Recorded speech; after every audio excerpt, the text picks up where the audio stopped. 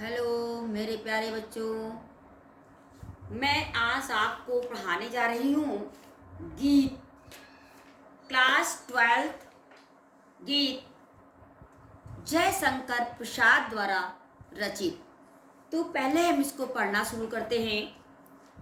बीती विभावरी जागरी, अंबर पनघट में डुबो रही, तारा घट उषा नागरी, खग कुल कुल सा बोल रहा, किस लय का अंचल डोल रहा, लो ये लतिका भी भर लाई, मद मुकुल नवल रस गागरी, अधरों में राग अमंद पिए, अलकों में मलयज बंद किए, तू अब तक सोई है आली, आंखों में भरे बिहागरी।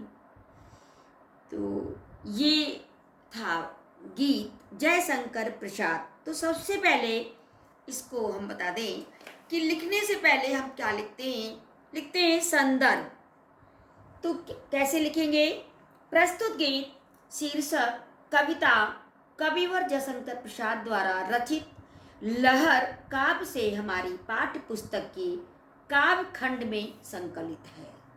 तो ये था इसका संदर्भ। अब इसके बाद हम लिखते हैं प्रसंग। इस गीत में कवि ने प्रातःकालीन सौंदर्य के माध्यम से प्रकृति के जागरण का आवाहन किया है। ठीक है, तो अब इसकी हम व्याख्या करते हैं। बीती विभावरी जागरी, अंबर पनघट में डुबो रही, तारा घट उषा नागरी। एक सखी दूसरी सखी से कहती है, हे सखी, बीती विभावरी, रात बीत चुकी है, अतः अब तेरा जागना ही उचित है। क्या कहती है? रात व्यतीत हो गई है, अब तू जाग जा।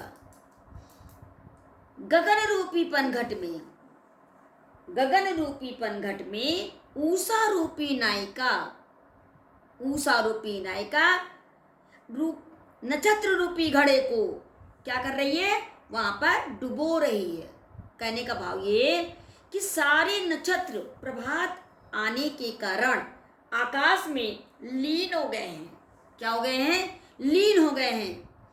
और खग कुल कुल सा बोल रहा, किस लय का अंचल डोल रहा, लो ये लतिका भी बरलाई, मधु मुकुल नवल रस गागरी। सुबह का समय जब आता है तो पक्षी चारों तरफ कलरव करने लगते हैं और पल्लव यानी जो पेड़ के पल्लव होते हैं वो उनका आंचल हिलने लगता है, ऐसा प्रतीत होता है। और शीतल मंद सुगंधित समीर यानी हवा प्रभावित होती है यानी चलने लगती है। लो ये लतिका, ये जो लता है, ये नवीन पराग रूपी रस से युक्त गागर को भर लाई। कहने का भाव जो लताएं होती हैं, जो कलियां होती हैं, जो पत्ते होते हैं, उनके अंदर भी पराग रूपी रस जो है भरा होता है। और हे सखी, अधरों में राग अमंद पिए, अलकों में मलयज बंद किए, तू अब तक सोई है याली, आंखों में भरे बिहागरी। और तू अपने अधरों होठों से प्रेम की मदिरा को पिए हुए, अपने बालों में सुगंध को समाये हुए और आंखों में आलस भरे हुए तू सो रही है।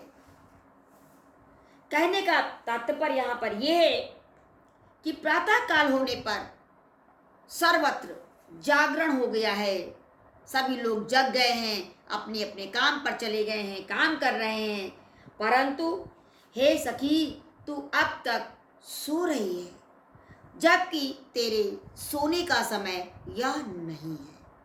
तो ये थी इसकी व्याख्या जो आपको समझ में आ गई होगी।